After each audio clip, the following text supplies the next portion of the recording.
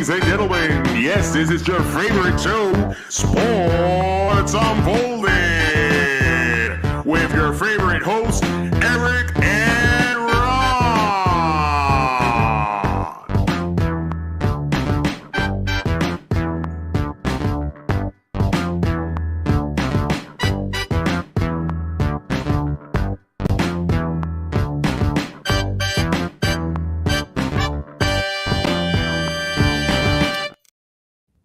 Hey, sports fans! Welcome to the best sports podcast on the planet, Sports Unfolded, where we cover all of this past week's top sports stories. I am your host, Eric. Main man right over there, Ron. How are you tonight? I feel good. I feel good. I knew that you would now. Like Eric, I feel like it's been so long since we've been in a Super Bowl. Yeah, it's been forever. Forever. I mean, listen. We're back. Yeah, all the haters out there. You know, eat your crow now. Did you miss us? Eat your crow now. So we obviously have a lot to cover tonight. There is a ton to go over. We had the NBA trade deadline, as well as obviously some big games Sunday. Big news in baseball. The Olympics opening ceremonies today. So a lot to cover. And we hope you'll be a part of the show. Join us on the live chat. Let us know if you have any opinions or anything you want to talk about. But before we get started with that, Ron, let's thank all of the wonderful people that help continue to allow us to grow and get into millions, thousands, millions, billions. I don't know. I can't count of ears and eyes. Tonight's show is brought to you by Sprout Co-working. For all your co-working needs, large or small, visit sproutcoworking.com.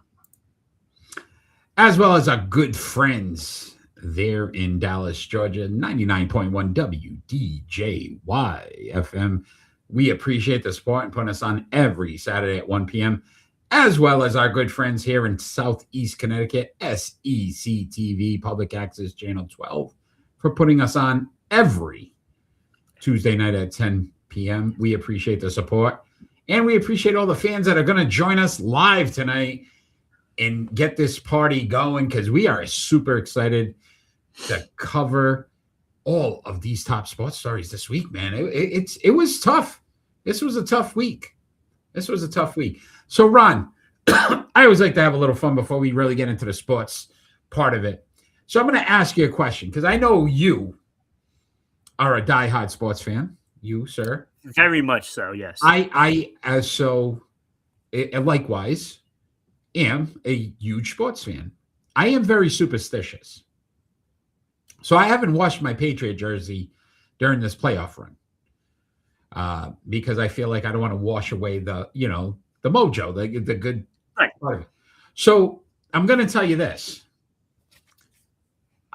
I literally this morning, I'm in the shower and I'm thinking, I said, I don't want to ruin this thing.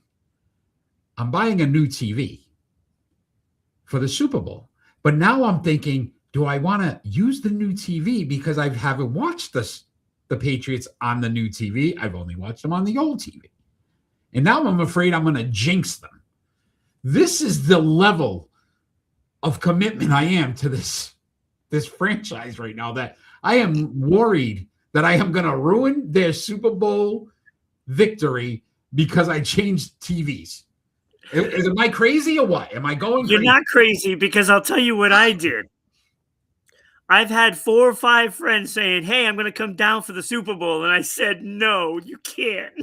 And I'm inviting people Sunday, and I never do that. I'm not letting anybody come. Dude, I think I'm jinxing it. If they lose it, all of New England, you can blame me, because I think I did it. It was me. Yeah, I told several friends that, no, you're not coming over. Oh, man. It's not happening. You're not making me feel better about my decision, Ron. Thanks. Appreciate it. Great. Text me in the third quarter. Buy the TV. You just can't use the Somebody TV. said that too. Use both TVs. So this way, no matter what, it's still on the original TV. Huh? I don't know. No? I don't know how that works. All right, that's what I'm saying. I I think believe in karma, though. I did. Oh, I blew it. I'm gonna blow it. You're gonna text me in the third quarter and say your stupid TV caused this, Eric. Well, You might and be I'll right. tell you. And you might be know, right. I mean, we're going to be talking about, the Super Bowl and stuff, but I got to say that I'm so happy that Matthew Stafford won the MVP. Yeah, we'll cover that in a little bit because I think that might benefit the Pats as well. But before we get into the Super Bowl, believe it or not, we have our leadoff story. If you're ready to get this party started, I am. Hope you are.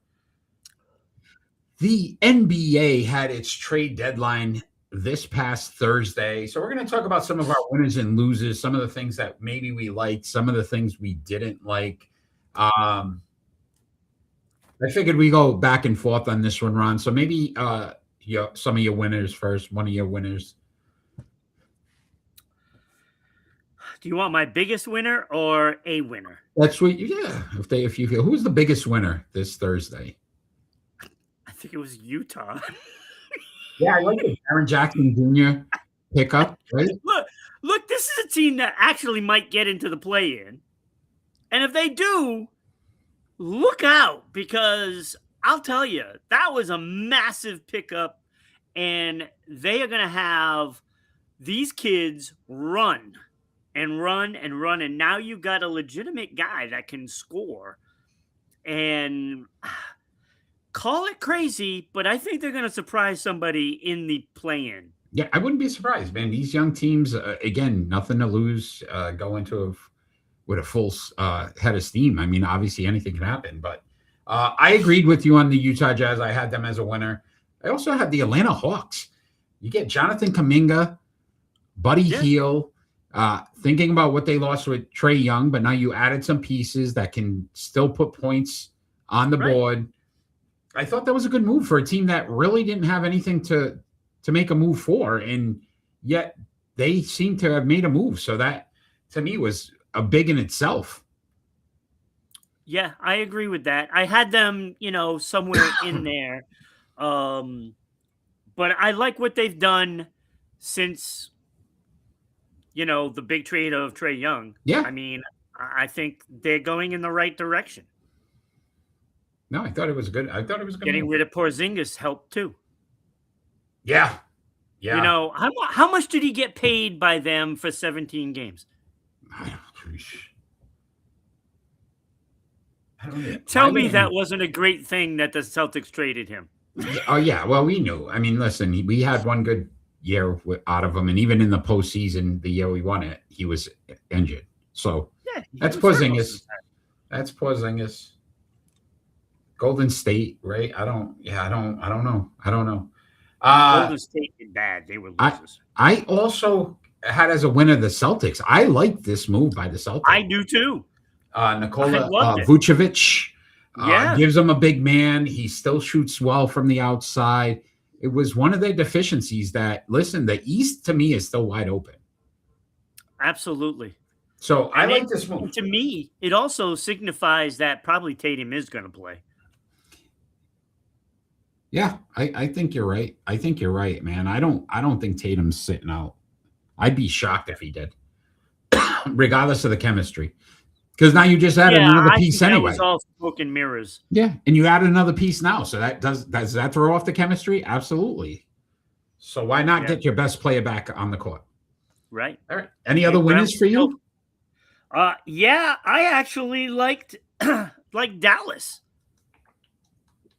Subtracting Anthony Davis and getting a bunch of players, that may or may not be on the roster next year. But, I mean, look, you're getting picks for them. So you have to look. I watched a game where the Celtics played Dallas Mavericks, and I was impressed with Cooper Flagg. That's the guy they got to build around, not Anthony Davis. They shipped him out because they knew it too. Yeah. You build around, Flagg, and in about 2 or 3 years, they're going to be contenders. Yeah, I think, and we're going to do a starting five with the 6 all-time number 1 draft picks from the Duke Blue Devils, so stay tuned for that. Obviously, Cooper Flag being one of them. I think we were real hard on him at the beginning of the season. Yeah. We talked about, was he a bust? He's coming into his own. I mean, he's doing some things as a rookie that no other player has done. Right. And now, like you said, listen, figure out what pieces you're going to put around him. And a guy that we know is on the down end of his career. And I love it, Ron, because I didn't have him as a winner or a loser. But now when you said that, I could see where you're going with it because it makes sense. Let's get a guy in there or a couple pieces in there now that is going to play alongside and not sit on a bench because he's often injured. Right. So I love it. Yeah, it just makes sense to me. And you get a couple of draft picks in it as well. Yeah, like that's key pieces. Let me ask you this. How dumb are you? I put the Wizards as a loser. And I don't like the fact that, first of all, you're trading draft picks away. You traded for a guy in Anthony Davis who we know is not going to play. We're lucky you get 50 games out of Anthony Davis. Very lucky. And then you traded for Trae Young, who, again, is another often injured player. Like, I get what the Wizards are trying to do. They're getting names on the jerseys that hopefully draw fans to the arena. These guys are going to be on the bench, and they don't wear names on the back of their clothes when they're sitting on a bench. I hated what the Wizards did. I'd rather go with young kids and at least go. This is a tank move by the Wizards because they're still trying to get another number one pick. And basically, your two best players now, aren't going to play this season for you. Right. So I hated that. And then they can't be accused of tanking because they're going to have nobody playing. Yeah. So I hate it. I considered them losers. I thought it was a horrible move by the Wizards. But do you have any other winners? Let's stay positive first tonight. Yeah. Because I know you get negative quick. We got to keep you up, Ron. I actually have a team that's both. Okay. Cleveland, because they made a great trade in getting James Harden, but that automatically disqualifies them from winning a championship. I put them down as losers, and I will say this. I think they've got the best regular season player in the league. That's phenomenal. The Cavs have fallen short during the postseason for the last few years. So you get a guy that always does. Yeah, and now you got a player who does the same exact thing every single year. I don't understand why teams don't go after a player that is known for playing well in the playoffs. And I know you're trying to pick from teams that are at the bottom of the barrel, and I get that. But they do have some of those role players. And I put the New York Knicks as losers too because they lost out on a chance. This was an opportunity. Yeah, but they're going to roll in. They're going to roll into the playoffs with basically the same team that they had last year, and it didn't get them anywhere. Yeah. Yes, it got them a big win against Boston, but then you got spanked by Indiana. I will say this too, Ron, because I think the East is so wide open. I don't think these teams were willing to make like a massive deal that was gonna, shake up. Manny, thanks for joining, my friend. But that's where I think Knicks are losers in this because they didn't go for it. Yeah, and I think they could have. I don't care. Look, they're all talking. All these experts are talking. Oh, you do this Alvarado deal, yay, woo! He's a backup. That didn't move the needle at all. Yeah, not at all. I don't understand why everybody's loving this because I don't love it. And the fact that, if it doesn't work out, then you can go and get Giannis over the summer. Well, why didn't you just do that in the first place and say, hey, we're going to go for it. Yeah. So we're going to go after the best player available. And to me, it wouldn't have been Giannis for the Knicks. It would have been Ja.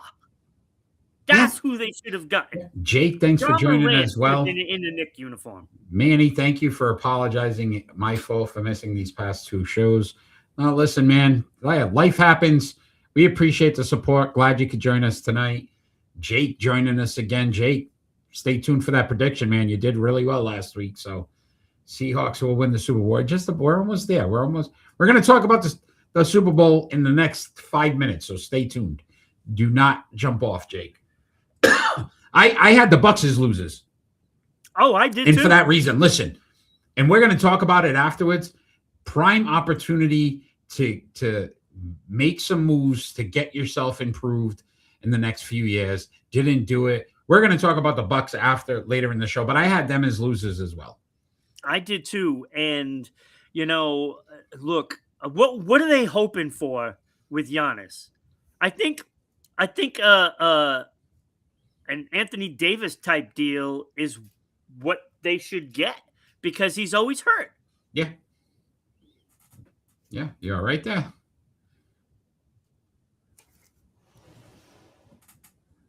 Uh-oh. You going to make it? I don't know what the heck is that thing. I don't know what something's in my room. Okay. Hey, Eric, I apologize for getting something's you in Eric the Don't worry about it, Jake. Listen, man. I'm the cool Eric. That's all you need to know. All right. All right. Any other winners or losers, my friend, before we move on to the Super Bowl? OKC actually wins. Okay. It wasn't great. It wasn't great. It wasn't anything flashy. But what it does, that bench is going to be nearly impossible after. Yeah, listen, they've not looked so great the last month or so.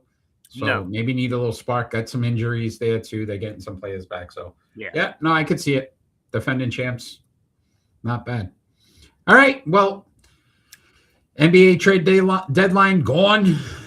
Means we're moving on to the Super Bowl, my friend, which is this Sunday. Obviously, the big game is upon us. Let's just have a discussion. I have some questions. And I didn't know if you want to go through this, and I'll ask the questions. I have a feeling that Pat McAfee is going to cover the Super Bowl.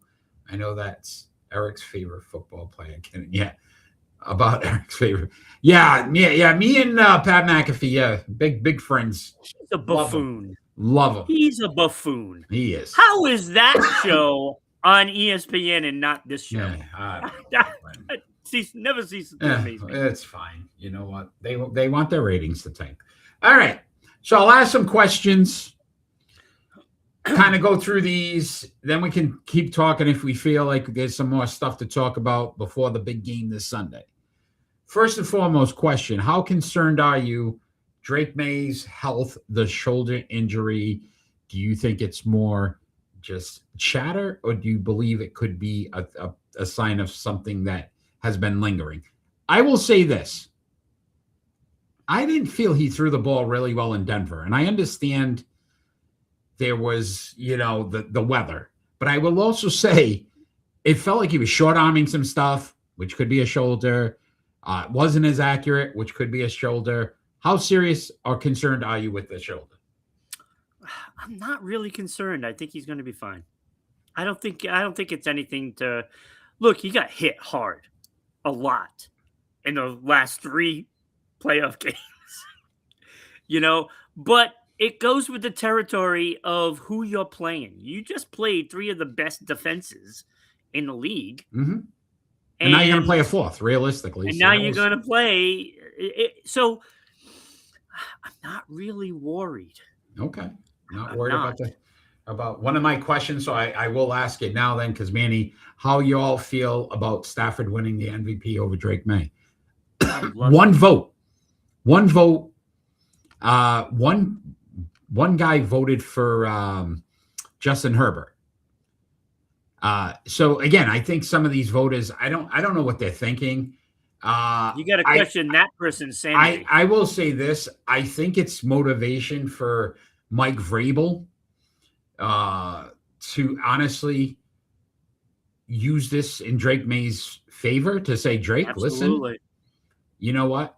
Pretty damn close, man. But they still think that a guy that didn't get to the Super Bowl is better than you.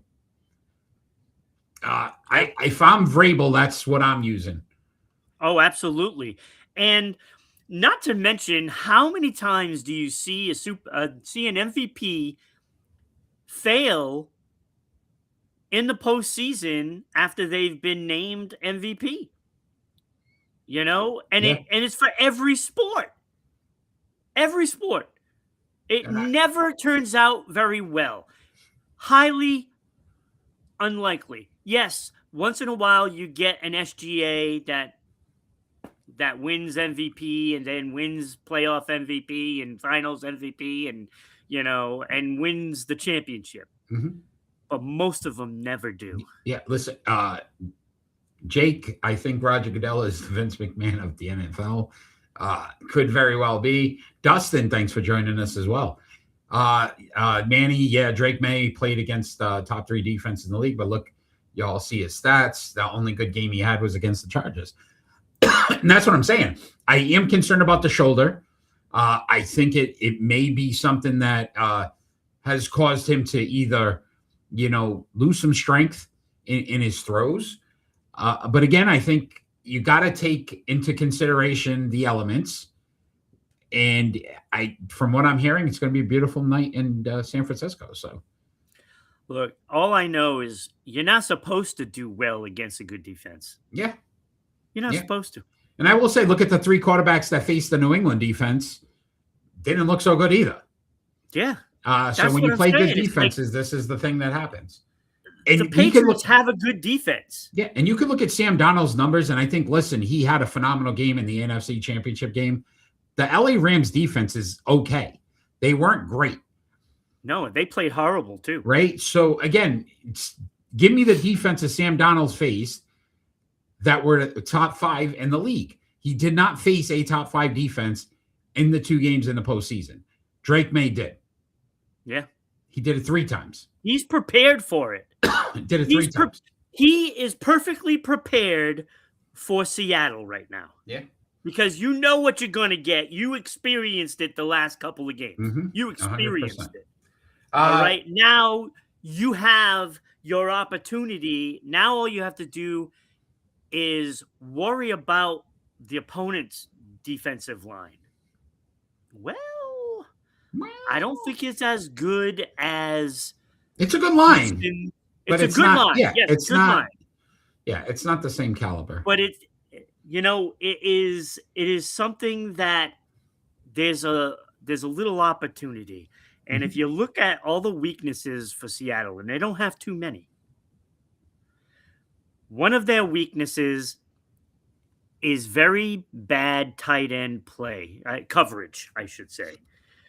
So they're 29th in the league in covering tight ends, giving up 67 yards per game. There's an opportunity there, Hunter Henry. Yeah. Perfect opportunity. Manny Darnold, I'm not really a big fan of him. Even my Seattle friends say that the Seattle has a 50-50 shot. It's either going to be a shootout. I don't know about a shootout. I will say both defenses are pretty tough. So, Ron, I guess my next question would be, which team needs to impose their running game more to be successful and win this game? Because both defenses are really good at stopping the run. New England's a little better, but Seattle's no slouch when it comes to stopping the run. Maybe not. Maybe not. They have inconsistent run defense. Okay. And if there's going to be a chance to expose Seattle, it is going to be with running the ball. And a lot of that is going to fall on Ramondre Stevenson and Henderson. Look, you're going to be able to break something. And if it is Henderson that breaks it, could be a big one. Yeah. That could be a big one. And so if they give up that run, they're going to give up a big play. And that's the problem with Seattle's defense. The passing game they got. I mean, they got a great coverage, except for tight ends. They can't match up to the tight ends. So it's going to be running backs and tight ends by the Patriots. That's the way to puncture the defense for Seattle. That is how you're going to do it. Manny agrees, definitely Patriots. Jake, Dallas, Georgia is a city in Georgia, right out the outskirts of Atlanta, so the Atlanta market. We're on the radio there. Danny's in the house as well. Wow, we've got a full house tonight. We love it. Love it. Now, sorry to say this, but I think this could be one of the worst Super Bowls in a long time.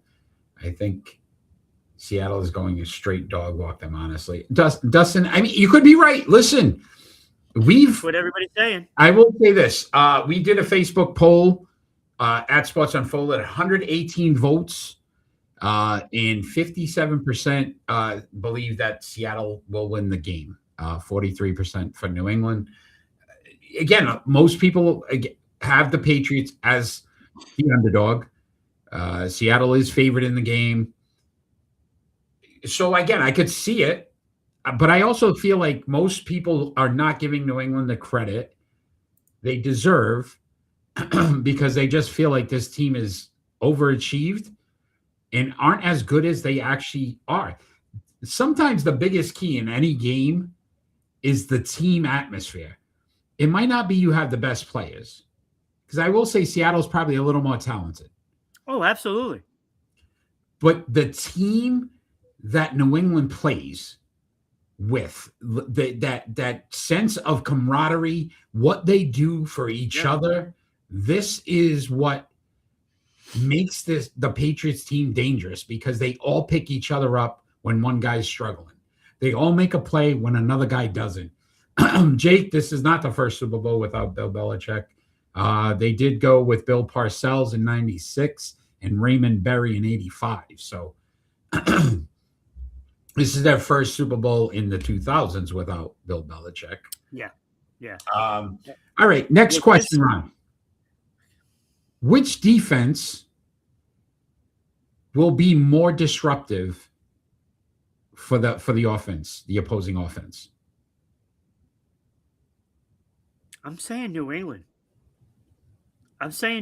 Because the problem is Seattle's going to have to run the ball, because you're just not going to have Sam Darnold passing all game, because they're going to. I don't think they want that. I really don't think they want that. No, but the problem is Williams. He has been a factor since coming back from the injury. What a pickup. And they just can't run on New England right now. What a pickup. Dustin, I don't think they overachieved, but Seattle was more tested in the playoffs. New England played playoff Justin Herbert, who sucks.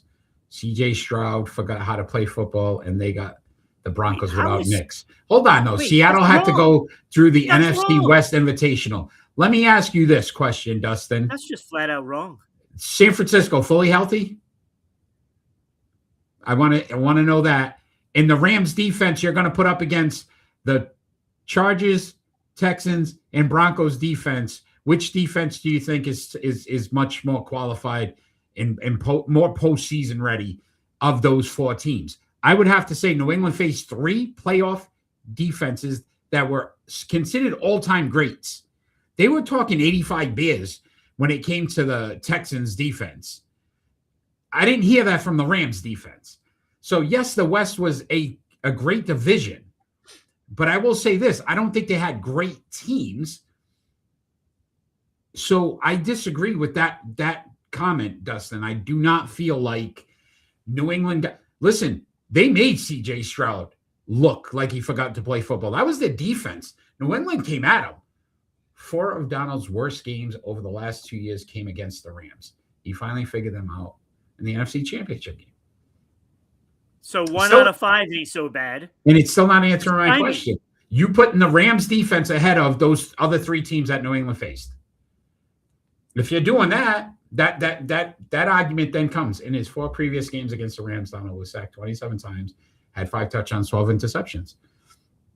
So it goes to prove the Rams defense wasn't very good in the NFC Championship game. Yeah. And saying that Seattle is tested, I mean, I don't know. I don't know about that. Oh, Hugo joined as well. Welcome, the teams Hugo. Just didn't play well against them. Hi to you too, Hugo. Look at this. Hugo, where have you been? Danny just talks and don't give evidence to back up his opinions. There goes Manny and Danny's show again. But what can you expect from a Cowboys fan? Oh, boy. Here we go. There we I go. love this. All right. We Love talked this. about the Drake Look, May. look, Eric, the offensive line can be beat. And they're not going to. And he's saying Kenneth Walker is a I would great say running great. back. He's good. Stuff. Been a long year. He's I good. can only imagine you go. But Seattle hasn't been, like last year's Barkley. Yeah. They haven't run the ball very well all year long. Look. Yeah, they have some games, and Walker has some games, but he's got to go through Williams. And you know what? I'll take Williams. I'll take the Patriots defense on their run game all day. Give him the ball. Just give him the ball, and we'll stop it. Jake would like me to be on the morning show at some point, Ron. We'll have to make that happen. We'll have a little fun there as well. I will say this too, Ron. As we continue to listen to the chats and all you great comments, we appreciate them. You're just strengthening my point that most people are not giving New England the benefit. No, they're not. Of the doubt. That's and a saying, big mistake. They are averaging. So flip the script here, Dustin. New England's averaging 71 yards on the ground in the postseason. So does that mean all the running backs forgot how to run too? Because that happened. So again, we're sitting back and we're looking at these quarterbacks that they played.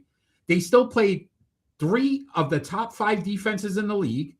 They still had quality running backs that couldn't run the ball. They made starting quarterbacks, one of which got an MVP vote, look like a college kid that just came out for the first time from a Division II school. And yet we're sitting back and still not giving New England credit for what they've done. New England had the best quarterback until he got traded. I'm talking about Tom Brady. Tom Brady was the best quarterback of all time. But I'm also pissed off at Tom Brady because I think the man's a coward at this point. Listen, I'm gonna call it like it is, Ron. You sit back and you're an analyst on TV and you can't say nothing because you own a team.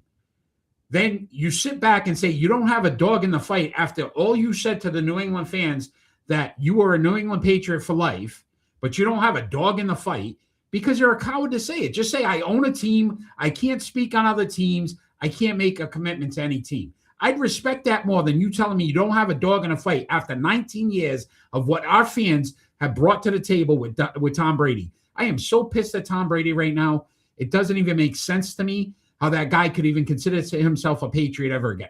Don't ever call yourself a Patriot again. And I'm going to say something to Dustin here, how he's saying that, no one can run the ball against anyone in the snow. In history of the game, when it has snowed that bad, generally teams will go to the running game. Why? Because of the fact that the running back is knowing where he's going. So he makes a cut and he goes to where he's going.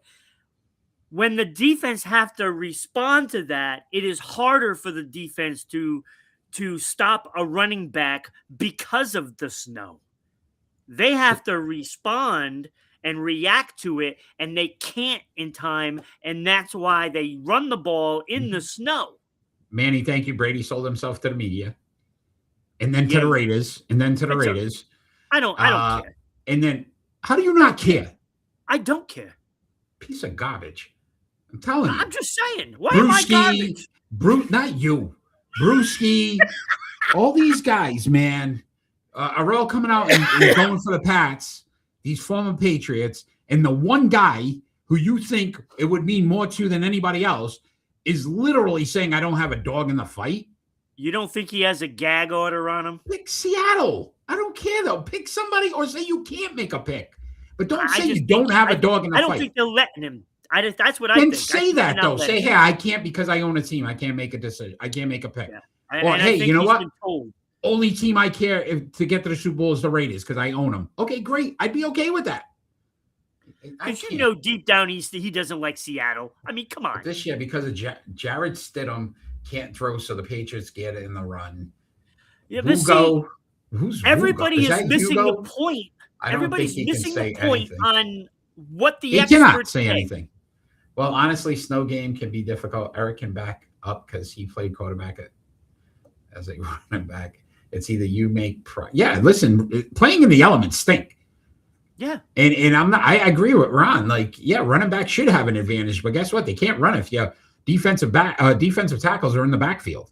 And that's what you saw New England do.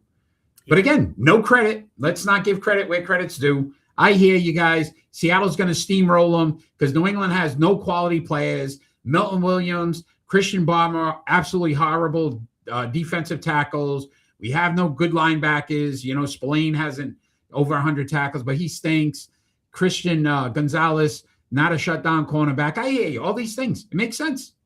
All right, Justin, Jake, we'll see you in a few. But I'm going to move on because I don't want to get mad at the comments that are being said now, Ron, because I truly think that the disrespect that New England is getting is only going to gear them up more.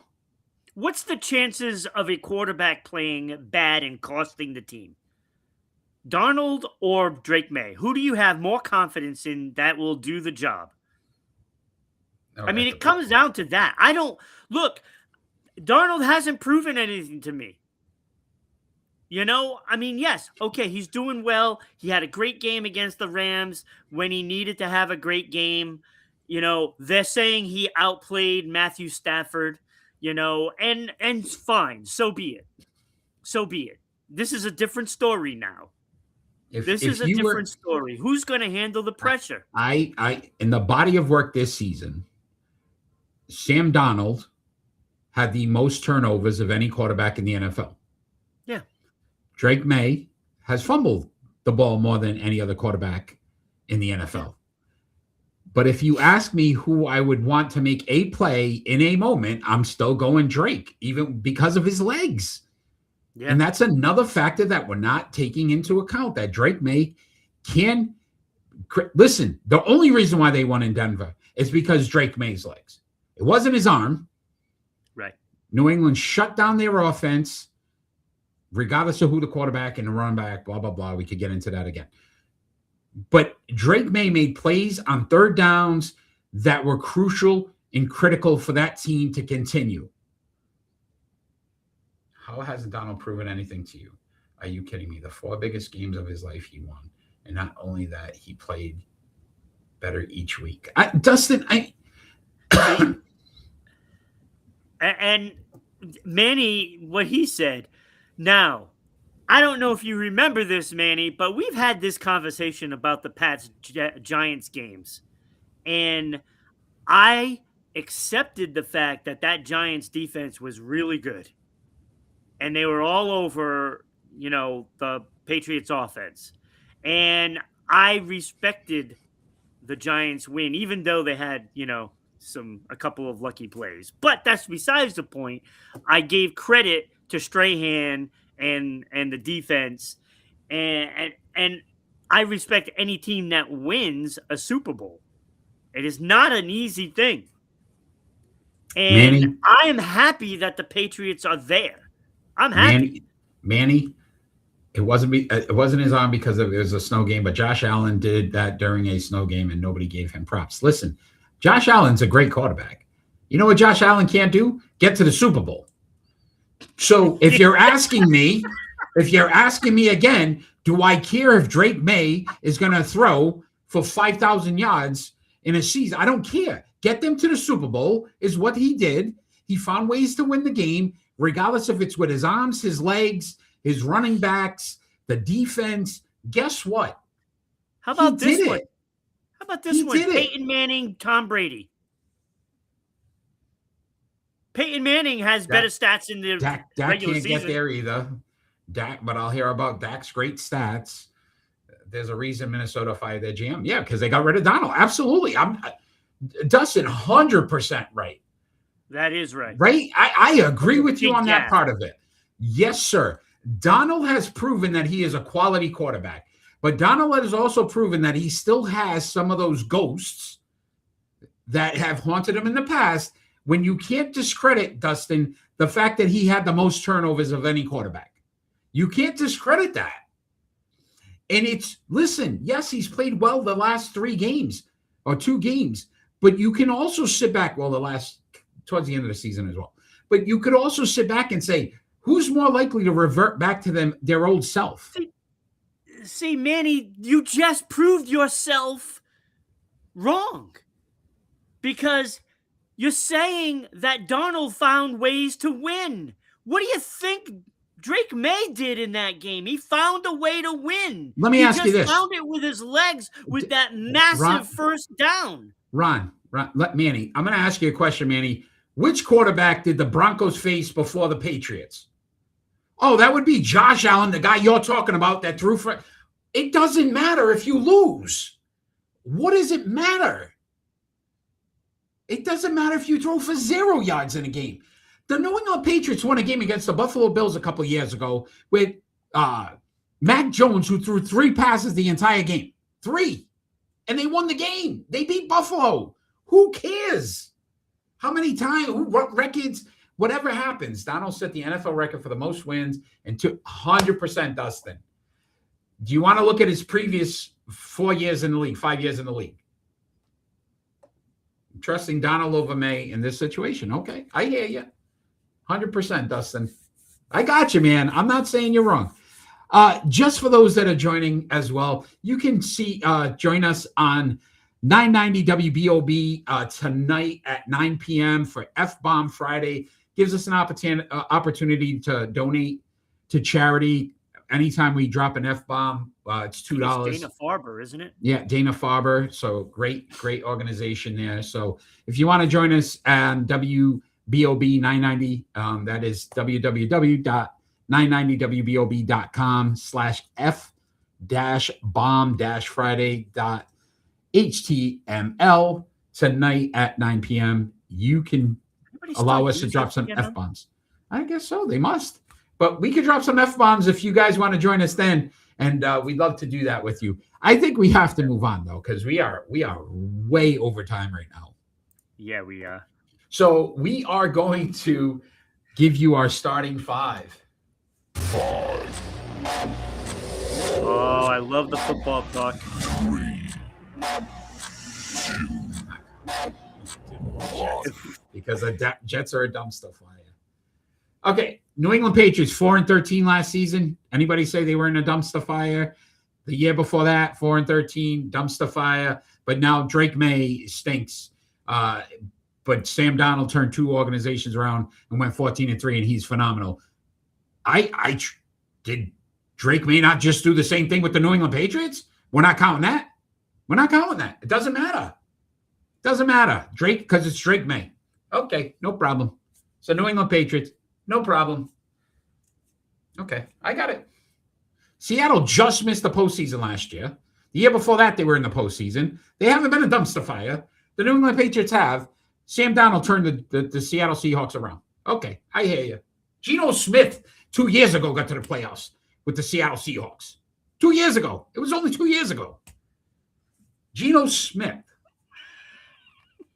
Sam Darnold turned around the Seattle Seahawks. Okay. Welcome back, Jake.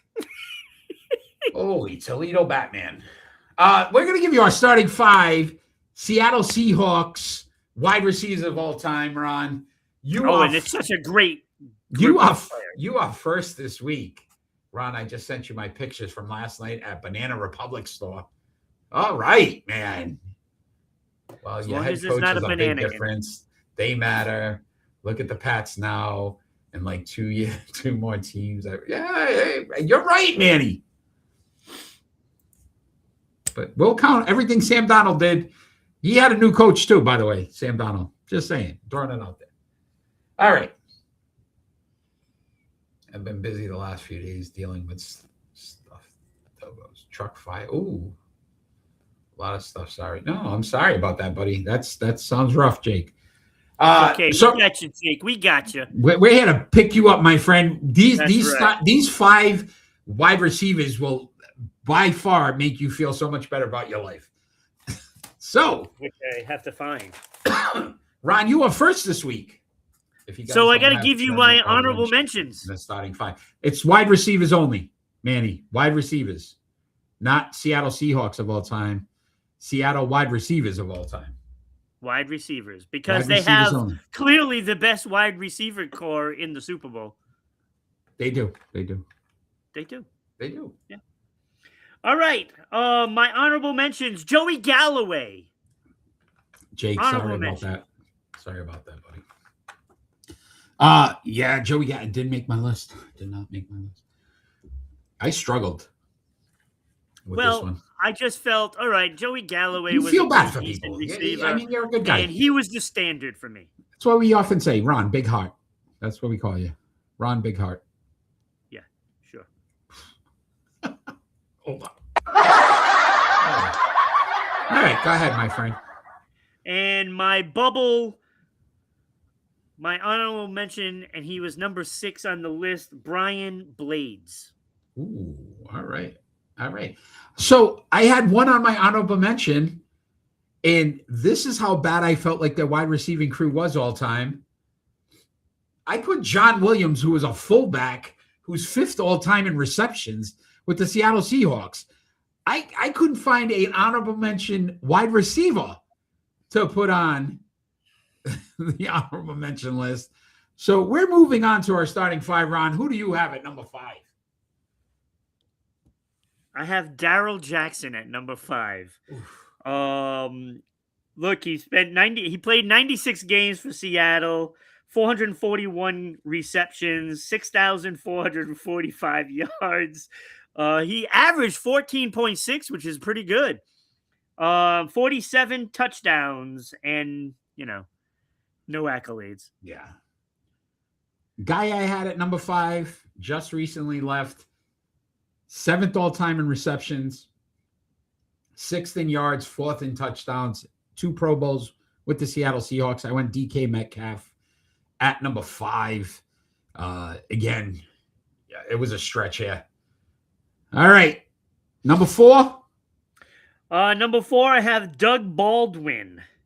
123 games played for the Seattle Seahawks, 493 career receptions for the Seahawks, 6,563 yards, 13.3 yards per reception, 49 huge touchdowns. Third all time. 2 Pro Bowls and 1 Super Bowl win. Mm-hmm. I also had Doug Baldwin at number 4. And you said all those numbers. Listen, 4th all time in reception. So why do I feel like we're gonna swap great 3 job. and 5? Well, three is. Go ahead. You go with your 3 first. Number 3, I have DK Metcalf. It's kind of sad that he's number 3. But 97 games played, 438 receptions, which was only a little bit less than Doug Baldwin, and he played like 30 less games. 6,324 yards, which is only 200 less, and 14.4 yards per reception, 48 touchdowns, 1 touchdown less than Baldwin. So I had to put DK ahead of him. Mm-hmm. And 2 Pro Bowls.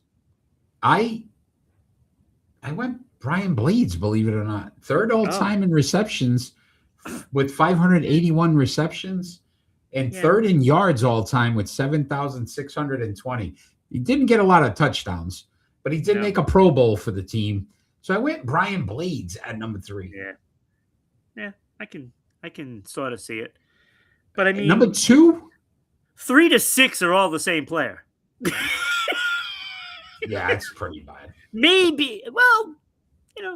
John Williams.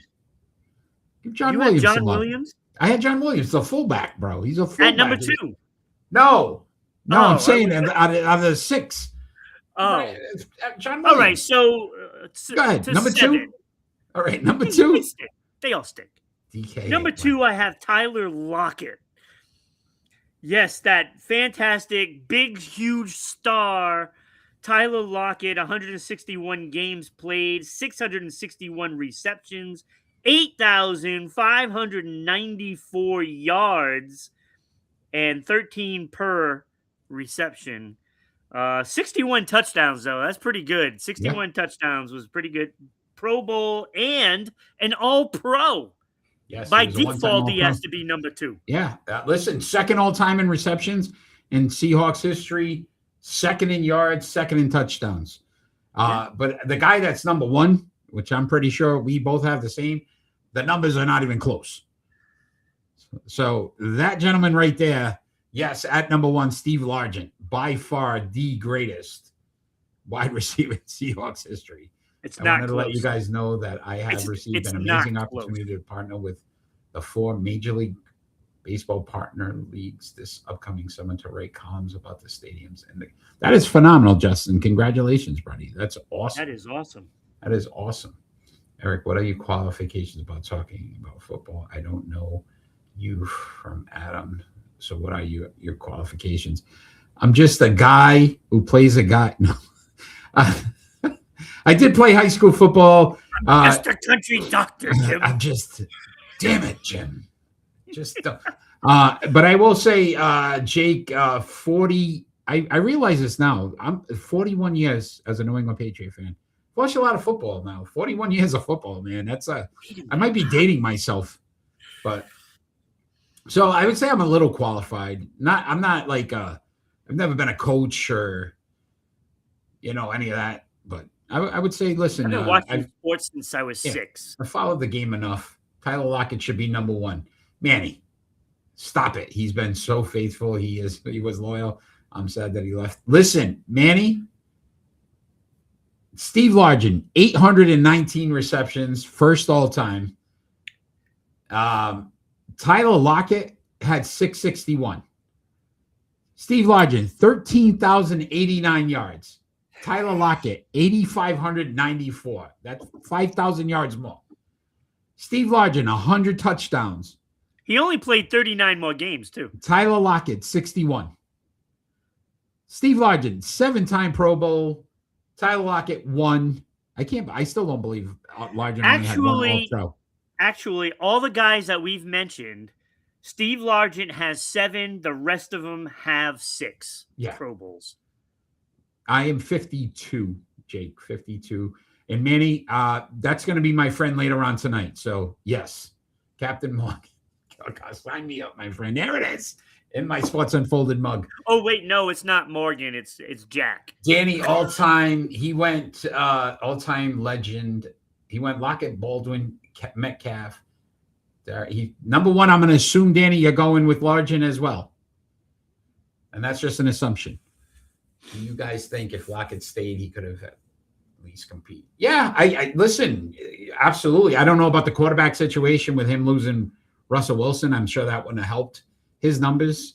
But again, I agree with you, Manny. He could have probably competed if he stayed a couple more years. All right, Ron, you ready? You ready to talk some NBA? We still got a lot of guys on here. I'm sure they want to talk about my top Patriot is Tom Brady. Tom Brady. Thanks, Jake. Tom Brady fan. I'm not going to get fired up again about Tom Brady. I'm going to just tell you right now. D-bag. Anyway, the Giannis Antetokounmpo trade didn't happen, Ron. Was this a missed opportunity by the Milwaukee Bucks? Oh, God, yes.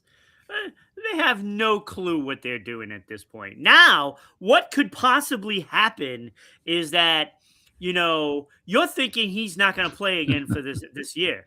But if he wants to play, there's really nothing stopping him to get on the court. He'll play.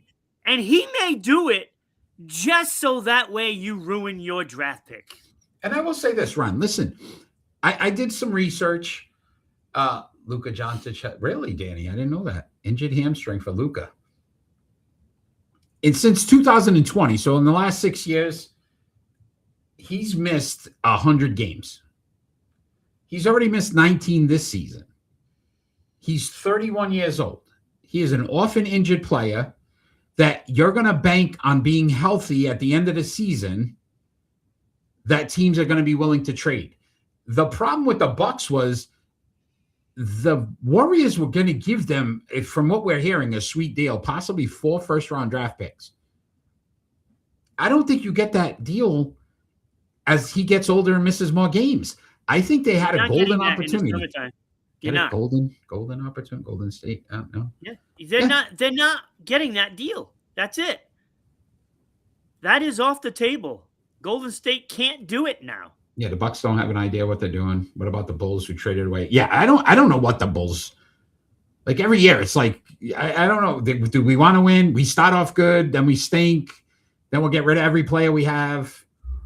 They added 14 second-round picks. Jeez. And have 9 guards. Yeah, I don't know. I don't know what they're doing, Dustin. The Bulls are a mess. The Bucks are a mess. Listen, 28 points, 10 rebounds per game Giannis is averaging this season. We can't condone that violence, Jake. I'm okay with it, Jake. Probably can't talk about it, though, because Tom Brady can't talk about anything. I just think that they blew it. Anthony Davis, they only got 2 first-round picks for him and a bunch of players. Who gives a first-round pick for Anthony Davis? Still blows my mind. Well, that's just it. That's what Giannis should get because he's always hurt now. So 2 first-round picks is good enough, and you could have had more from the Warriors. You're an idiot for passing that up, whoever their GM is. I don't know who their GM is. Bulls have 1 player over 6'9", Dustin says. Holy crap, that's crazy. Yikes. Is that true? If that's true, they're tanking on biggest purpose. wrestling company in the world. Yeah, I don't. Pat McAfee's a bum. All right, Ron, we're going to talk some Major League Baseball. We both agree. Bucks, huge opportunity missed. This opportunity, though, Tarek Skubal won his arbitration case. Does this automatically signal he's getting traded? Look at that roster. You know what boils my water? Boils your water. What it does boil your water, Ron. And I know this because I'm a Red Sox fan, and they do the same damn thing. Oh, damn. Always about the Red Detroit Sox. And the Chicago White Sox act like they are a small market team. Pay the man, keep him in your organization, and try to actually win. How about that? Try to win. You haven't won since 1984. Nobody cares anymore. By the way, Bulls 2 players over 6'9". Acting like you're Kansas City. 2 players over 6'9", the Bulls. But if I tell you the names, hold on. Leonard Miller, he's 6'10", and Nick Richards, 6'11". I don't feel like those guys are really doing much for him. Anyway, I agree with you. Like, at the end of the day, you were so cheap. So he wins his arbitration, gets $32 million. The group of 3 arbitrators, the panel wrote it in favor. You know what the Tigers were offering him? 19, Ron. 19. That's a $12 million difference. The man's a 2-time in a row Cy Young winner. Clearly the best pitcher in American League. Clearly. Right? And you're going to sit back and try to, shortchange this guy. And then he's going to get this $32 million. What do you think the Tigers are thinking? He's a free agent at the end of the year. I don't want to hold on to this contract. You know how many teams are going to want this guy? Probably the Dodgers. But, I mean, realistically, because that's where every player goes, you know what's going to happen here. Mid-season, he's getting traded. It's a done deal. And it blows my mind, Ron, that they wouldn't want to keep this guy on their pitching staff for the next 5 years. If you have this guy, you're a contender. Because all you have to do is get a couple of guys that can win 12 games. And then you're in the playoffs. Yeah. 31 and that games. Division stinks. Scuba last year, 31 games, 195.1 innings pitched, 13-6 with a 2.21 ERA and 241 strikeouts. Yeah, I don't want that guy. Yeah, I don't want to pay him. And he would have had more wins if they could score runs for him. Let's not pay him. Eric, it is actually, he said it was 12 million difference. Oh, yeah, it is 13. Good call, buddy. My bad. Man, 32-19 is 13. No, my bubble burst, Jake. It's burst. Tigers slapped them in the face when they gave, Framber blank Valdez more money than Skubal. I agree.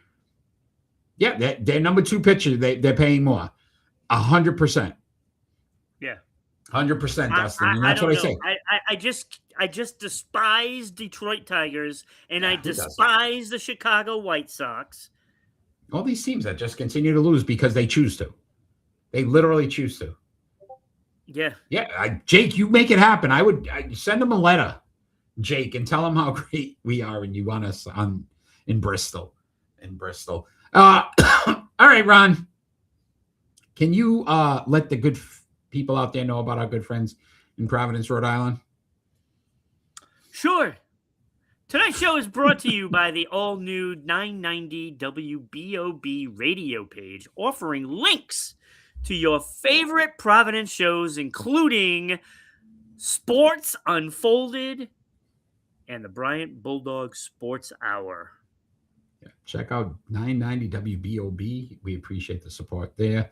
Also, our good friends in Dallas, Georgia, 99.1 WDJYFM. We appreciate the support there as well. And our good friends in Southeast Connecticut, SECTV, Public Access, Channel 12. Wrong one.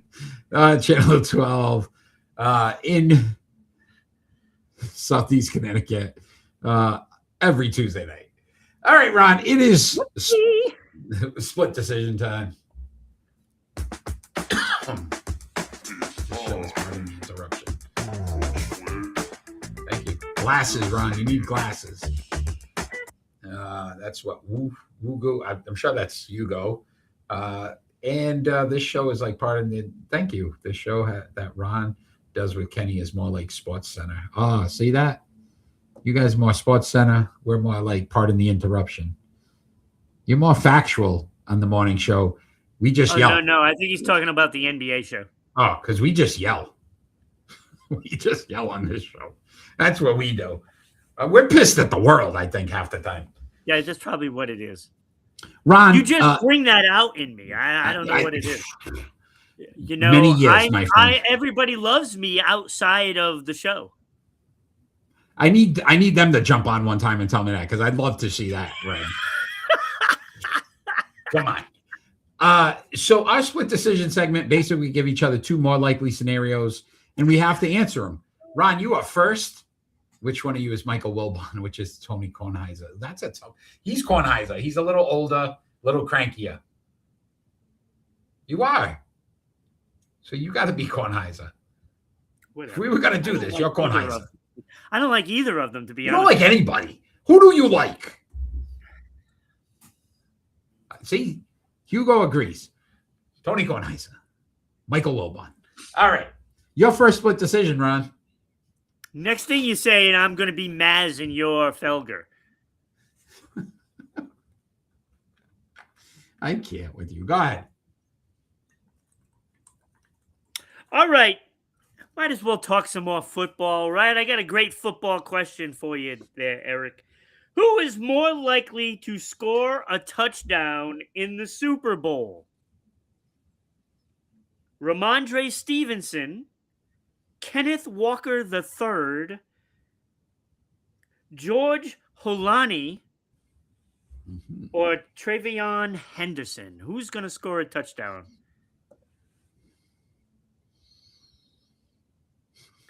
Oh, I'm definitely Woody Page. Yeah, I could see that too. Definitely Woody Page. I will. I got a good sense of humor. I'm going Ramondre Stevenson. I just think goal line situation. I think they're gonna try to really get. I think. So you're saying they're gonna make it to the goal line? I think they're gonna score at least once, man. I don't know. They're the New England Patriots. They may get negative points according to everybody that's out there. It's going to be the first time in Super Bowl history a team gets negative. They're probably going to score at least once, guys. I please nobody start going crazy on the chat. So I would go with Ramondre Stevenson. One in every quarter. Okay. All right, Ron, your first split decision. This may get the chat line going. Are you ready? I'm surprised they haven't chimed in with that one. Which person is more likely to get into the NFL Hall of Fame first? Bill Belichick or Robert Kraft? Robert Kraft. I think he's already missed twice. I think this was the second year that. Yeah, but they spanked him on the wrist for, the Spygate, then they spanked him on the wrist for the Deflategate. So he'll be in next time. Okay. And he's an old white owner, and they all stick together. Who is a better owner, Robert Kraft or Jerry Jones? Robert Kraft. Yeah, that's not even close. That's an easy one. So they did a stat. Crazy stat of the week, Ron. I hadn't had one yet. Bang. Since Robert Kraft has taken over the team. You would be wrong, Dustin. They both failed. They've gone to 10 Super Bowls. Yes. Basically, if you break that down, Ron, crazy stat, it's one every 3 years. Yes. If you broke that down. Right. Tell me a team that's been to the Super Bowl 1 out of every 3 years. There since isn't 1990, what, 3? There isn't one. Insane. Crazy stat. All right, Ron. And it's like nobody gets this. Like, I'm sorry. I'm looking at the two teams going in, and who's got history on their side? You want another? Always repeats itself. Well, the problem is they're 6-5 in Super Bowls so far. So let's ease out on that. They're 6-5, even though they've been to. This will be their 12th. The other crazy stat is 3 different head coaches. He's done it with Parcells, Belichick, and now Vrabel. That's crazy to think about. How many teams can say that? 3 different head coaches, and they've taken the team to the Super Bowl. That's insane. Absolutely insane. All right, Ron, your second split decision. Great conversation, guys. Keep it up. Keep the chats going. Dustin is saying that they amended the votes. I don't think they did. They are not. They have talked about it. They're not going to do it. I don't think they ever will. They're not going to do it. They're not going to do it. Got to punish them for winning so much. Yeah, pretty much. Oh, Vinatieri got in. I was so excited. I was like, I pumped my fist yesterday. I was like, yes, finally. It's not his fault that he kicked the field goal. If he goes in as a Colt, though, I'm going to lose my. He'll be dead to me too. If he goes in a Colt, I'm going to be done. Him and Brady out. Go ahead. All right. Wait, what was the question? Did I answer it? You said Kraft. Oh, okay. Yeah. All right. I just couldn't even remember the question for some Roger reason. Goodell does not like the Patriots. I'm sure he wasn't happy about this one. Well, isn't it Kraft that got him in there? Yeah, of course. He did. Yeah. Also stopped the strike from happening. Never getting credit for that. Would have ruined the NFL. But whatever. Yeah. Man's won 6 Super Bowls. Whatever. All right. Eric, and everybody else out there can answer this too. I would like to see them answers.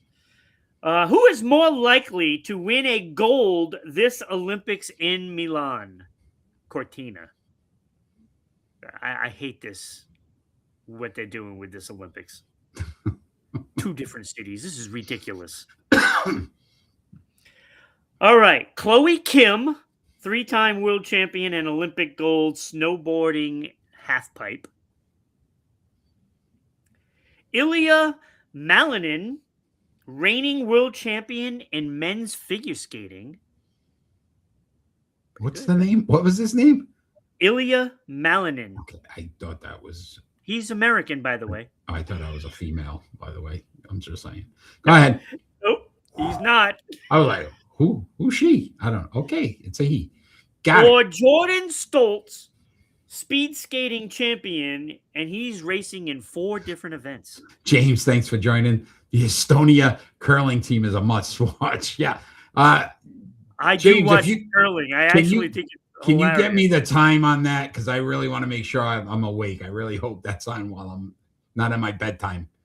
Curling will be on a Sunday, I believe. Oh, if there wasn't another game on, I would be my number 1 choice, but I might be watching something else Sunday. I'm gonna go with the first one, Kim. Chloe Kim. I feel like snowboarding is more like if you're really good, you probably dominate for a while. That's just my opinion. 4 a.m. Eastern Standard Time. I'll be in bed. But I'll set my alarm, James. I promise. Yeah. I'll set my alarm 4 a.m. So I'm going with, I just feel like snowboarding is a more consistent, dominant sport. Like you could dominate for many years. Okay. So that's my pick. All right. That's good. All right. Ron, your second split decision is which NBA player is more likely to finish the season averaging 20 points? Karl Anthony Towns, who's averaging 19.9. DeAndre Fox, who's averaging 19.7. Or Zach LaVine, who's averaging 19.5. Who's more likely to average at least 20 points by the end of the season?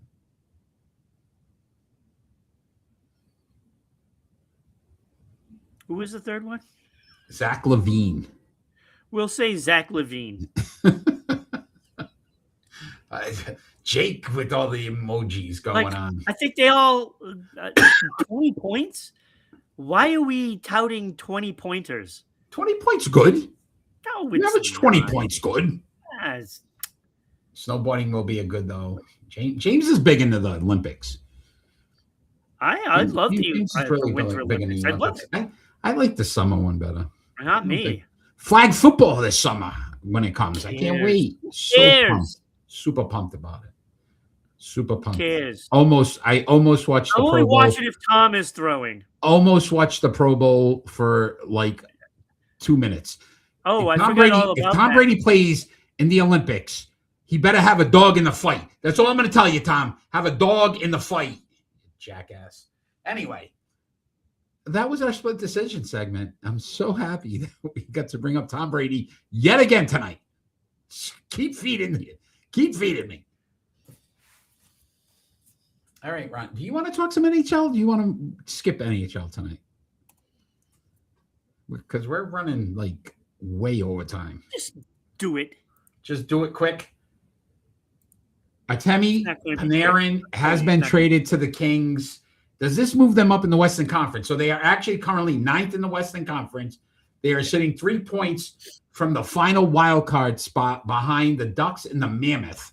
Still can't believe the Mammoth are actually in the postseason right now. They're having a mammoth year.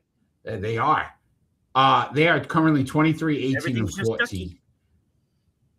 NHL is in recess. It is for the Olympics, James. Yeah, you are correct there, sir. So no trades can happen after for the next few weeks. So Rangers got it in before the Yes, they did. the blackout. It gives the LA Kings a legitimate star player. Yeah, You know, I think he's going to help them get into the playoffs. I like the fact, listen, he's playoff tested, right? He's been to the postseason 8 times, so he knows how to get a team there, right? And I think that was big for them. And again, Adrian Kempe's their number 1 scorer in LA. 46 points, 20 goals, 26 assists. He needs help. Panarin, 19 goals, 38 assists. This gives them another playmaker. I think it does help them. I really don't think the Mammoth hold on. Listen, it's a nice story, but I think it's gonna be very tough for them to hang on. I just think that they're going to make the playoffs with this move, and I think it's going to make them very dangerous. It's going to make them very dangerous for the postseason. So, you know, teams better be aware, you know, that they have somebody now that's going to boost their playoff, just boost their overall 5-on-5 play, and he's gonna get his points. And he signed an extension, so they're going to have him for a couple of years. So no, I like it. I thought it was a great move. for LA. Great move. It really was surprising move as well. Because I mean, you go from the East Coast to the West Coast. Sometimes you don't see that a lot. And even the Islanders pulled off a couple of things too, so they improved before the recess. You know. But they picked up Andre Palat, former Tampa Bay, right? Mm-hmm. He's playoff tested, so that's a good pickup for them. And they also picked up Carson Soucy from the Rangers. So the Rangers unloading. Jake, you won last week. We're almost at predictions. You won last week, so stay tuned for that. Stay tuned. Yeah, we're almost there, Jake. We are almost there. But we're gonna move on, Ron. Little NHL talk. Wait a minute. Wait, there was one more move. One more. Yeah. So Remember when Rasmus Anderson was traded to Vegas? like the birth of my children. Yes. Well, apparently they traded him to Vegas and they sent him a bunch of toilet paper in return. Hey. White Cloud. I prefer Shaman, but hey, White Cloud. It's a notch below. It's a notch below. I just thought it would be pretty funny. They traded him for White Cloud. That is. Oh, is that the guy's actual name? That's his name. That's friggin' hilarious. That's awesome. Jake, you did win a prize. You'll have to email Rhode Island Broadcasting to give us your address so we could send that prize out to you. So, yes, you won last week. All right, Ron. With that, we're going to move on to our pick and roll. It's time. It's time for pick and roll. I still have the Tom Brady thing up there. Hashtag Tom Brady. There's a guy, people named Black Cloud. Black Cloud is another one. Ron already has my address. Oh, my bad. I didn't know. Jay, I don't know you were that tight with Ron. My bad, buddy. Do I have your address? Supposedly, you sent him some stickers. Oh, yeah. I don't save those emails. Those get deleted. Yeah, he's on a watch list. Here's one.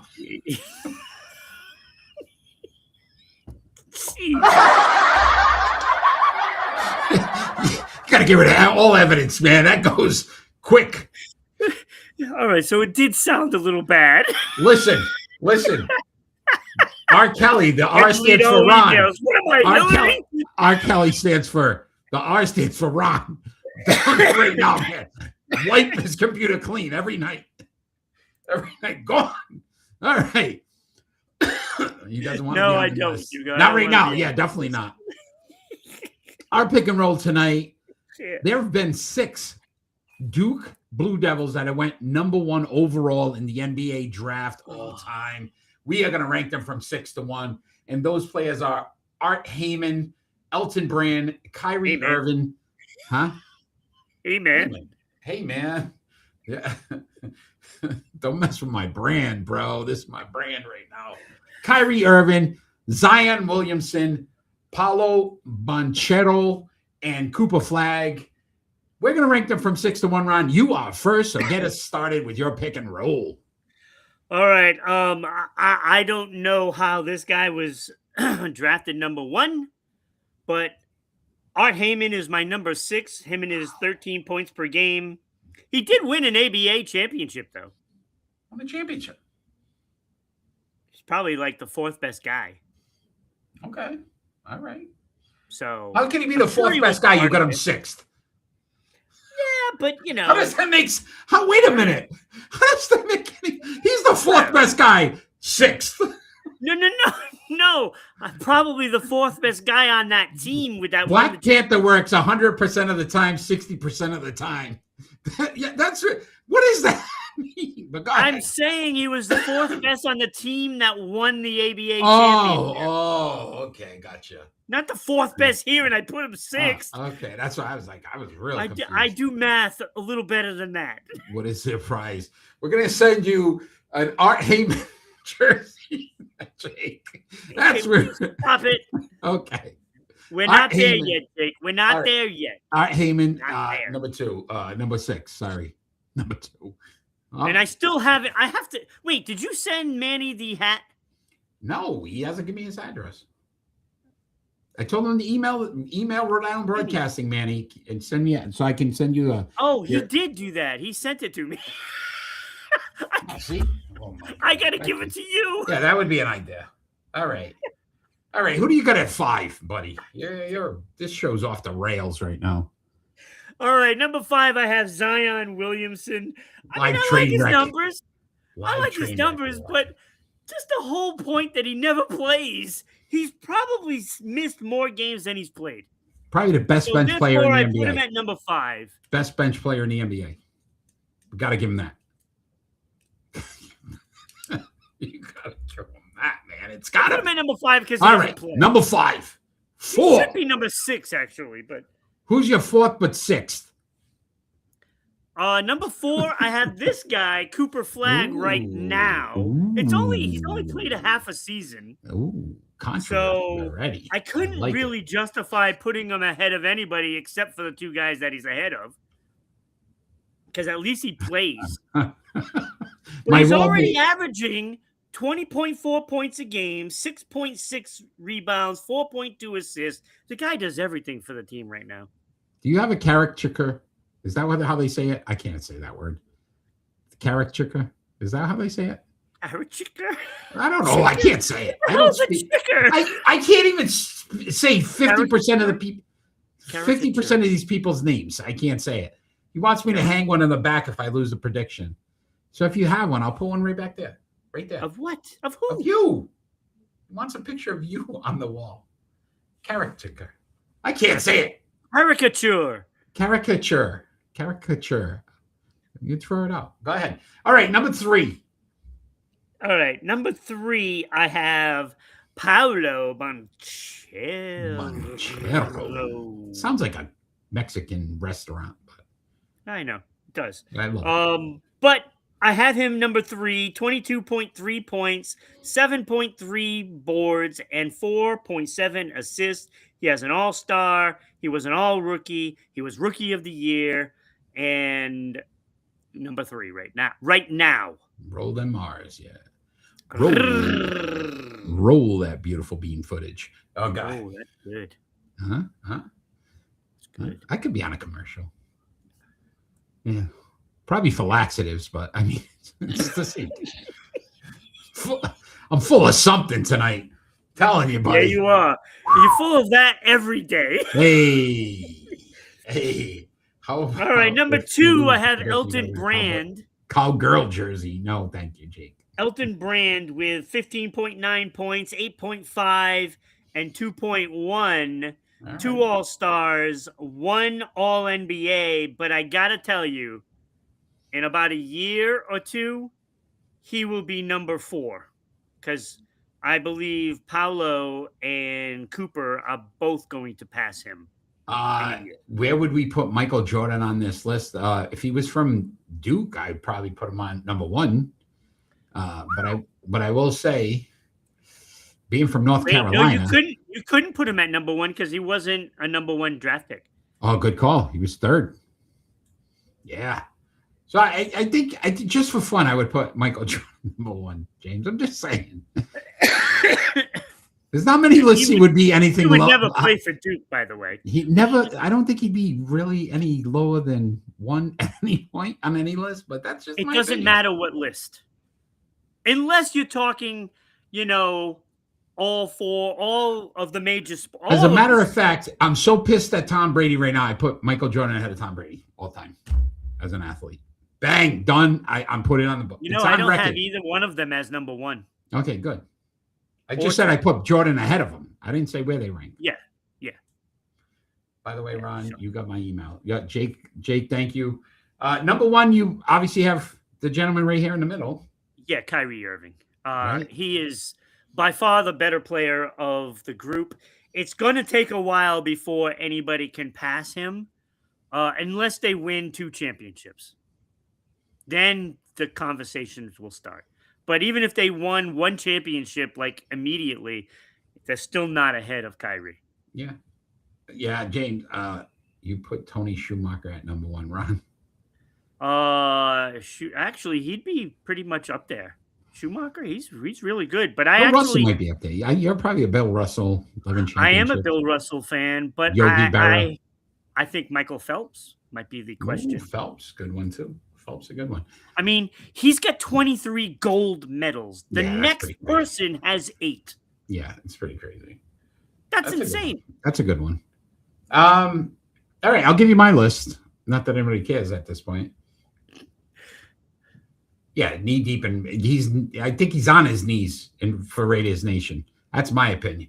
Anyway, will you stop it? I'm done with him. Leave Tommy alone. Have a dog in the. I might take his picture down. I'm going to take his picture down.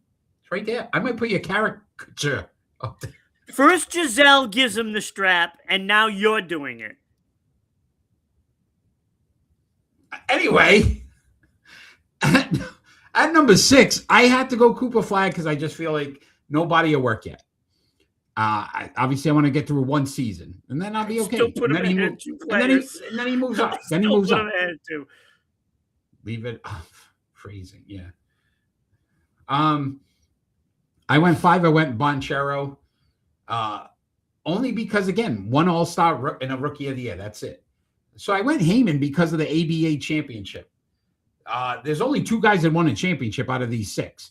Heyman's one of them. So I gave him some credit for that. I thought that was pretty good, an accomplishment. I went 3, Zion Williamson, because of the points, 24.2. The guy averaged, he's averaged the most points out of all 6 of these guys. He doesn't play. Well, when he does play, he averages the most points out of all these guys. Great. So 1 out of every 4 games. 2 All-Stars and an All-Rookie. I think he's second on All-Stars. Or he's tied for second. Elton Brand at 2, I agree with you. And then Kyrie at number 1, 100%. So that was my list.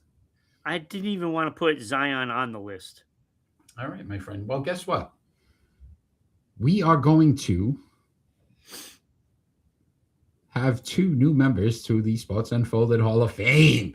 And they are John Madden, a first in Sports Unfolded history. John Madden, will be in the Sports Unfolded Hall of Fame, voted on by the fans. And for the NFL, joining the NFL list, Ray Lewis on his second bid gets in. Close race, though, him and Seymour. Yeah, that was close. Ray Lewis, now a member of the Sports Unfolded Hall of Fame. So excited to have those gentlemen. Check out the website.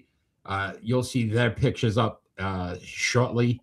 But that means we've got some new voting. Yeah, Paul Bob Costa, 0.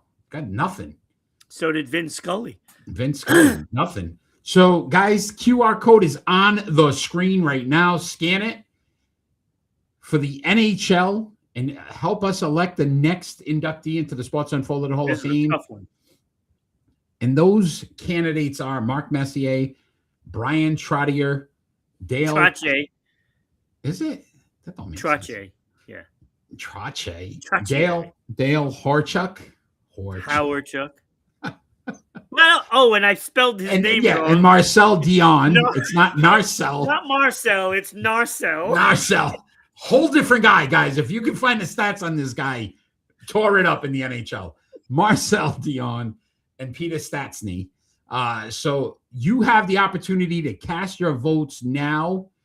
This is our new voting for this Hall of Fame for the month of February. So cast your votes. Put it up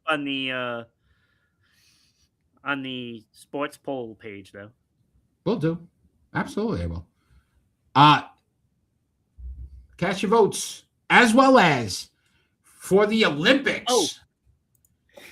Narcel won't be there. No, Narcel won't be there. But Eric's going to hack at least 3 of these names. Scan that QR code right now. You want me to read this? No, you do this on purpose to me. I know you do it. I'm like, why? But anyway. That's why I like doing the polls instead of you, because I can throw these in. All right. So scan that QR code right now to get on the site for the Olympics to induct the next member of the Sports Unfolded Hall of Fame. Go, Ron. Oh, you want me to do it? Yeah, let's. All right. So Irene Woost. Woost. I knew that one. Adriana Fontana. There's no D. Like Hannah. Ariana. It's no D, though. Ariana. Not Adriana. It's Ariana. I didn't say Adriana. I said you did. Ariana. No, you didn't. But go ahead.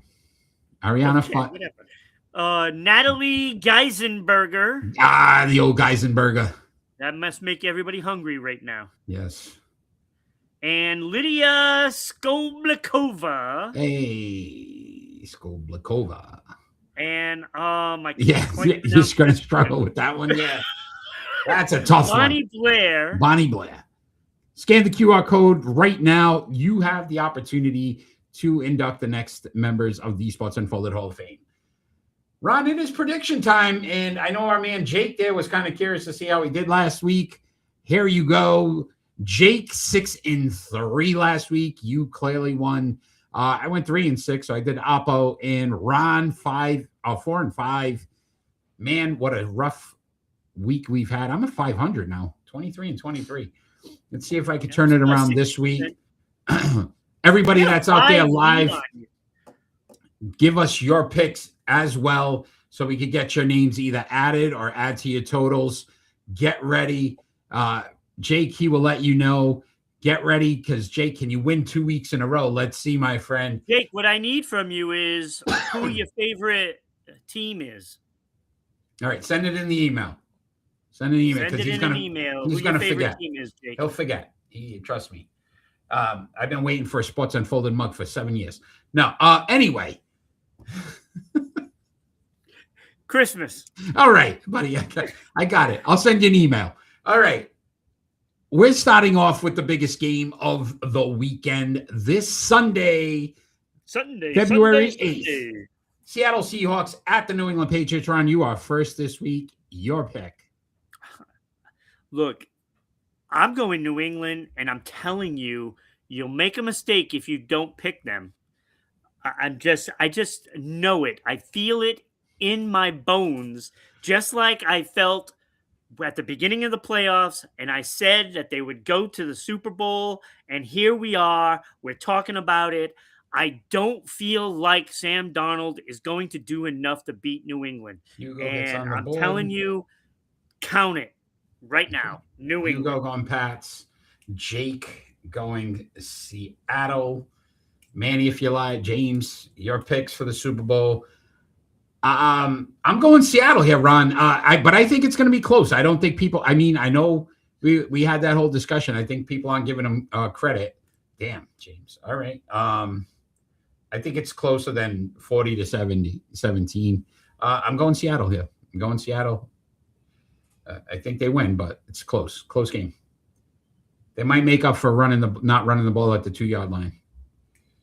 Not running the ball at the 2-yard line. Manny, I don't know if Manny's probably not on anymore. All right, we're going to go some NBA here, Ron. We got the Houston Rockets at the Oklahoma City Thunder. Listen, the Rockets not that great on the road, and I think the Thunder started to figure it out. The 7th, so tomorrow night. I'm going Oklahoma City on this one. I'm going Thunder. Thunder. Yeah, I'm going Thunder as well. Hugo's going Thunder. They're going to be at home. They're just starting to figure things out. James now they can beat San Antonio and lose to the rest of the league. Right? I hear you. All right, guys. Everybody going OKC on this one. All right. On the 8th, before the Super Bowl, got the New York Knicks at the Boston Celtics. Ron, who are you taking? That's a tough one. And when is this? Sunday.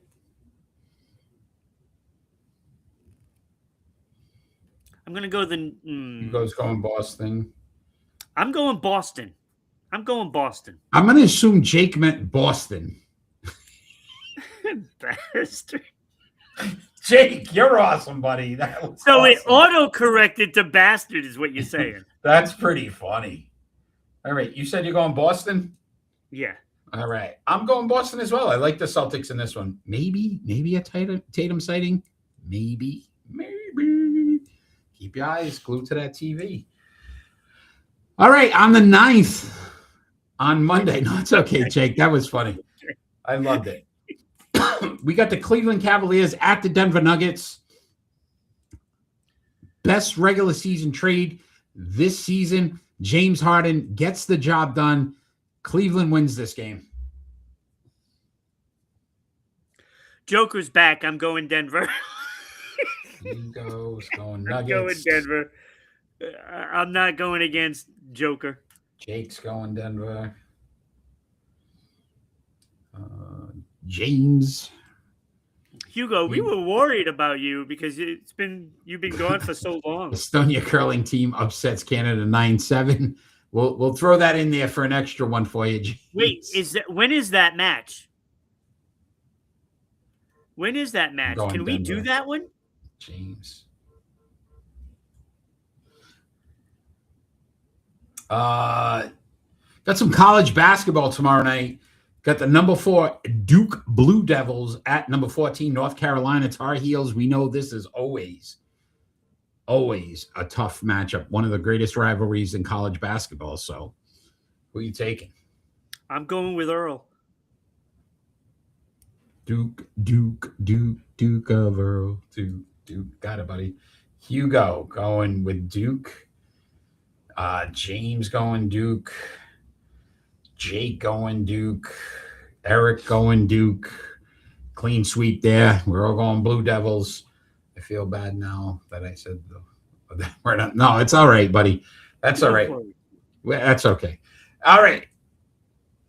Monday, got the number 1 Arizona Wildcats men's college basketball facing number 11 Kansas Jayhawks. That's in Kansas.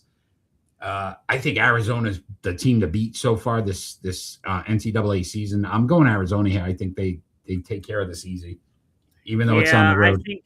I think by the time this game is over, Kansas is going to feel like they're not in Kansas anymore. I like it. I see where you went there. Wizard of Oz over here. All right. Jake also believes that Arizona wins. Hugo's going Arizona.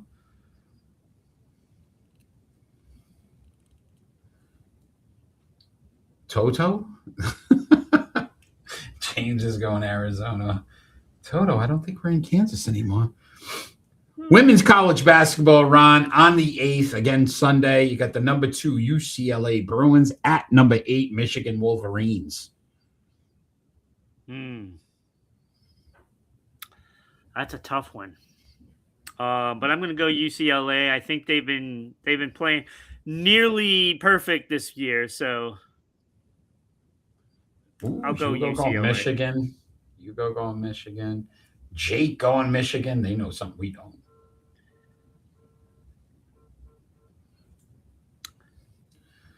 I went UCLA as well, Ron. I agree with you there. James going UCLA. I think the Bruins take care of business. The Lady Bruins. Is it Lady Bruins? They just call them Bruins. I don't know. Got some Olympic action going on, my friend. On the 10th in women's hockey, you got Team USA versus Team Canada in the Olympics. Who are you taking?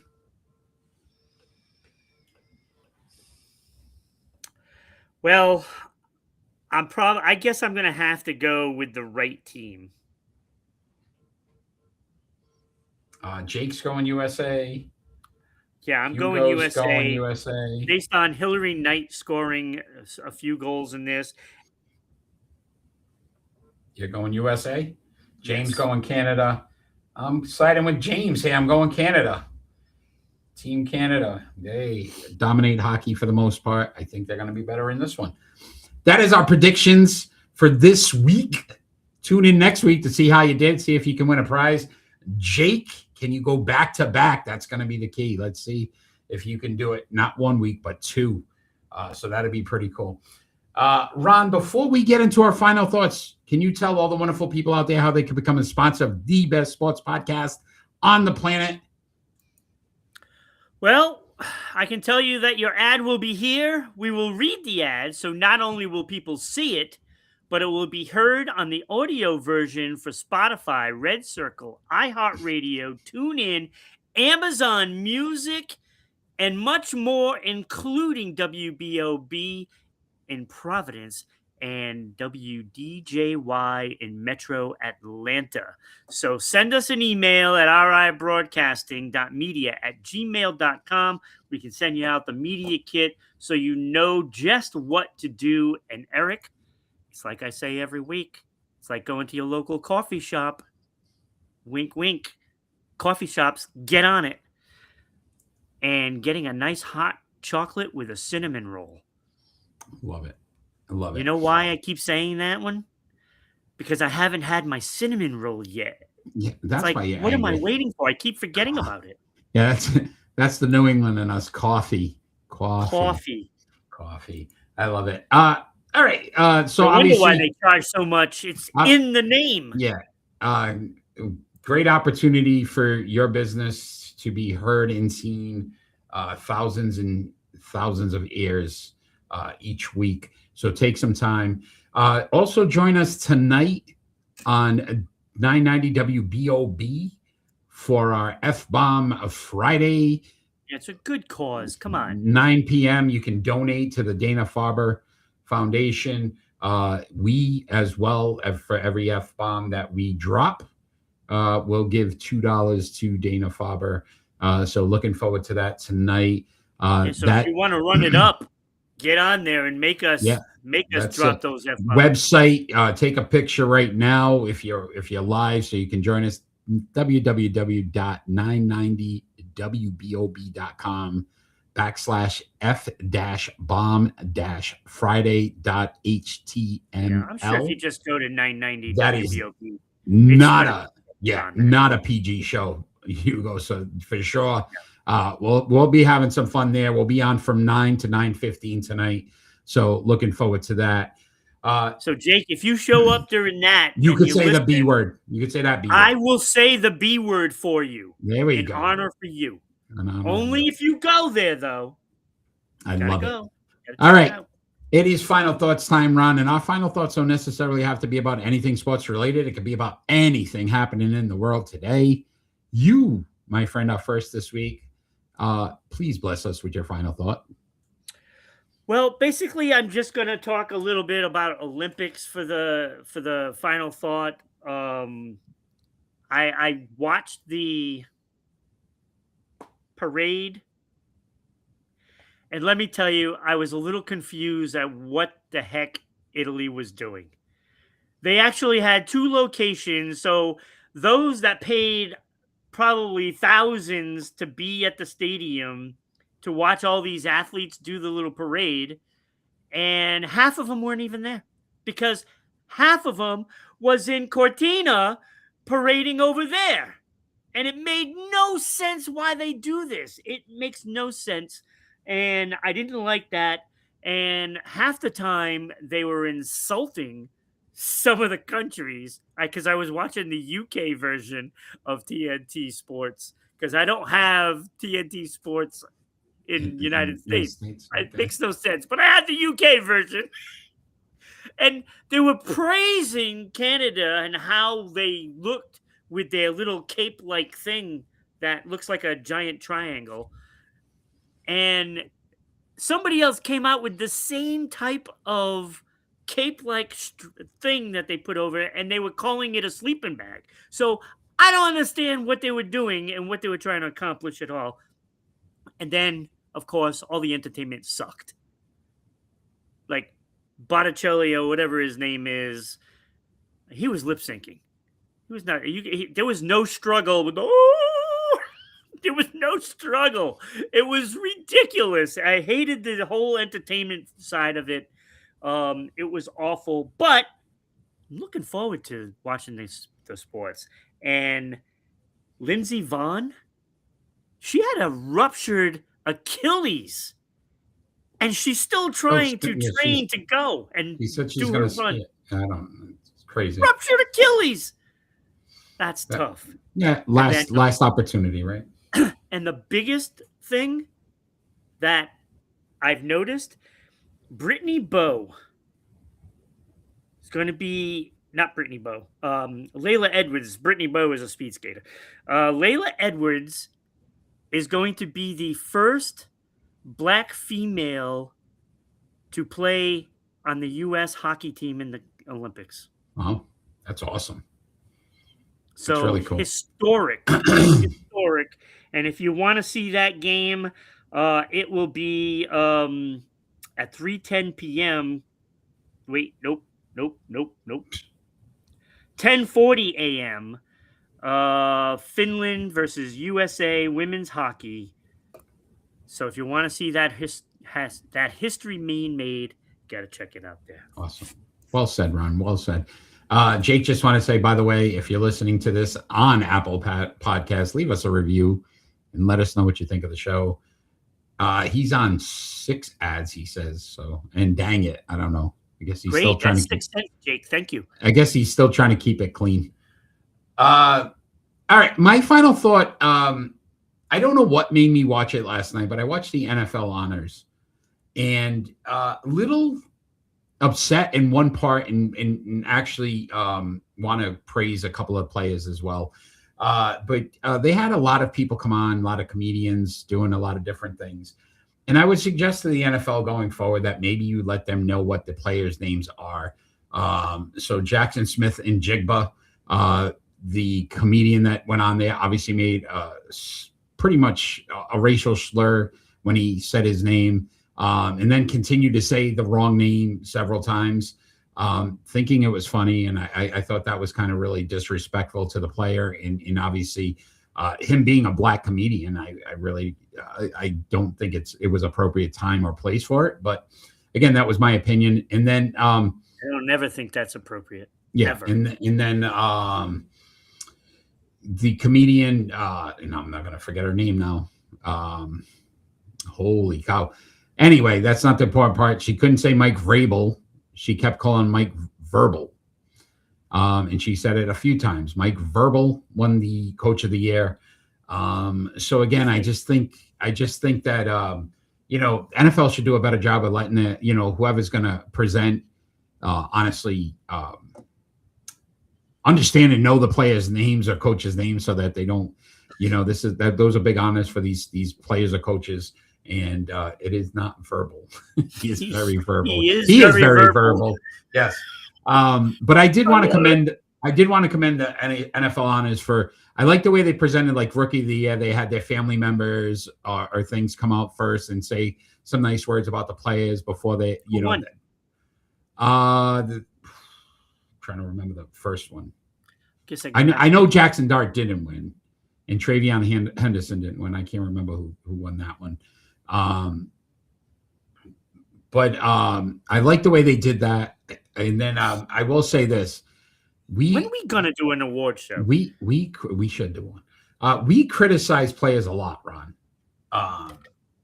No, never. On.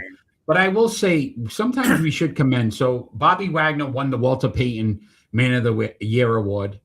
And I found it phenomenal, his story, how his mom had a stroke and then passed away from that stroke very early in his life when he was just starting in college football, and the motivation that he takes every day to make her proud, but to continue her legacy, I thought was phenomenal. He does a lot of different. He raised by his grandmother?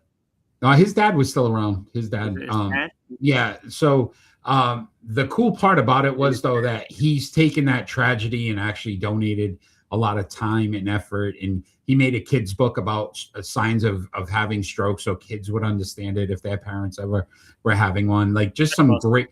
Oh, it was phenomenal. And very emotional, because, he said he was up there because of his mom. Like, his mom was still there and present. I thought that was so cool.